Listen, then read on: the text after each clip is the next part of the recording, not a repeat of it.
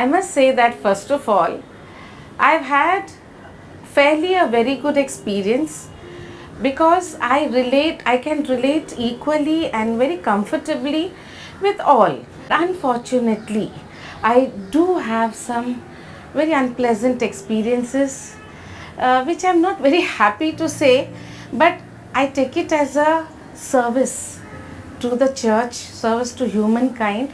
If my sharing can help. My first uneasy experience was in around 1998 when I was in Pune doing my theology. I had gone to one parish outside JDV campus.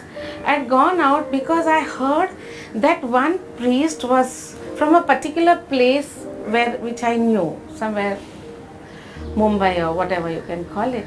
I went because I said, a known person. I mean, known means known to my known person. Okay. I just went there to just greet the person, the priest there. And I said, hello, Father. Hi, nice. We introduced ourselves. He said, come, see my school. He was a principal. He said, come, I'll show you my school. I said, fine, okay. I'm born and brought up in Bombay, and in Bombay we just relate very freely. I said, okay, with full trust I went up. And as we were climbing the steps, this priest came closer to me and he was like trying to put his hand around my waist, like, I first got a little shock. I said, he is not even my friend. I don't know him also. Then why he is taking the liberty to touch me like, nah. I said, Father, and I moved away. No, I just moved without saying first anything. Then again, I thought the second steps again when we were climbing. Then I said, Father, please, I don't like this. I said, no, it's okay, just friendly gesture. I said, I'm so sorry, Father, I don't like this. I said, and I said, Father, let's go down. I didn't want you to see school only. I said, Father, let's go down. I'm getting late. And I just ran. I came down. You won't believe. I was shivering. I got temperature. I ran to my room and I just laid down and I was shivering and I said, is this real? That is happening to me? But I kept quiet. I didn't share this with anybody. The first was very traumatic, I must say. I was in a tribal place. I was sent for my community experience as a novice. One evening, there were some seminarians who came. They have their experience, village experience. 3 days, 4 days that they used to come. And that night they were to spend their time in the village. And that day, unfortunately, we were only 2 sisters. So one sister said, Anita, I'm not feeling well, the senior sister. Can you accompany these brothers to the village? I had to accompany these people. There were 2 or 3 of them. I said, okay, I'll go, no problem. I had no difficulty as such. So I went there. In the night, in the village, it was a tribal hamlet. We had our regular meeting, Gauki, and adult literacy class. And after that, we used to eat in the house, one of the houses, whatever was served. And we would sleep in the house of the family. And I know it is not a comfortable at all. I mean, the cattle is there, the hens are, poultry is there, and everything is around, and we have to sleep there, And I have no problem.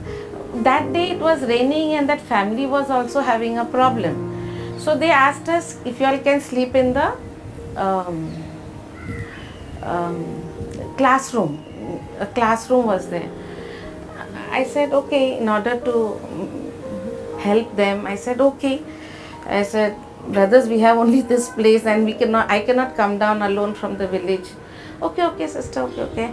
And I only trusted the brothers. For me, I have grown up with 3 brothers, my own brothers, many cousins. I have really no problem, It was all fine, I think, and suddenly, in the middle of the night, I realized someone making inappropriate advances towards me, and I resisted.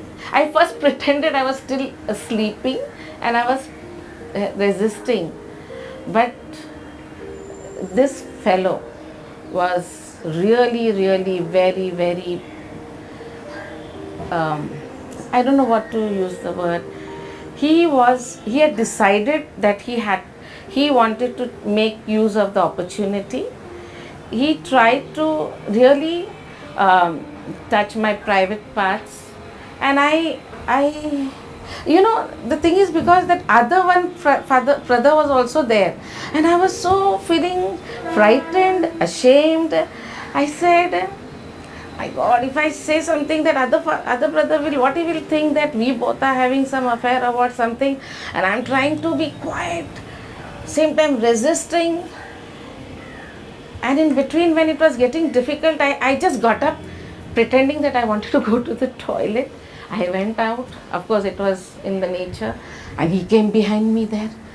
Oh God, I got so scared. He came behind, and anyway, I escaped, and I still came back there because I had no other place to go. Middle of the night, 2 o'clock, 3 o'clock, how can I run home to my place, convent? I went back, and again,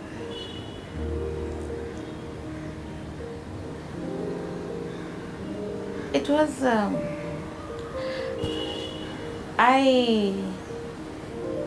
it was a very dirty encounter, I would say.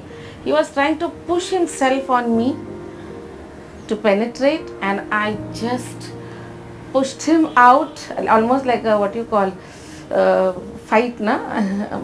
Like boxing, na? I was just pushing. I had my strength. I pushed him so much, and I could feel he was fully excited, quite hard I could feel, but somehow I pushed him out, and soon I felt all wet in my hands. You understand what had happened. So when it was all wettish and I was feeling so dirty and all, and I said, and then that was the my relief. He stopped making advances after that. As soon as little light came at about 4:35, I just came out, and I had fever. I got fever, and I just told them, I'm not well, I'm going home. I just ran down. It was in a hamlets are on the hills, no? You'll know. I just came down running. I was having fever, and I straight went. We had a house in our chawl system. We had another room, one more room. I just told them I'm having fever. I just went to sleep. I covered myself with a blanket, and I was shivering with fever. I did not have courage to say this to anybody because I felt I was wrong. Because people will think I am bad, I am wrong. Before making my 5-year vows, during my retreat, in that place, I saw on the notice board, those priests ka notice board, I saw that fellow was going to get ordained. And I told my retreat master there, I said, Father, I'm getting disturbed with this incident. So I told the retreat preacher, I'm feeling disturbed. My only thing is concern is this man should not go and misbehave like this with others. Then I went to the seminary, that rector. I said, under what you call confessional secret, I told Father, I don't want you to take any action because I know I'm too late to come and tell you. All these years I kept quiet, I didn't tell, but I want to tell you about this one person. He has this weakness, difficulty. If you can help him, because my only intention that in future he should not do the same thing with others. These things should not happen, and even if it happens, how we should counteract, how we should behave, not get paralyzed, numbed. If I was numbed that day, those days, I don't know what would have happened to me. Luckily, I had a presence of mind. I could just protect myself and get out of it.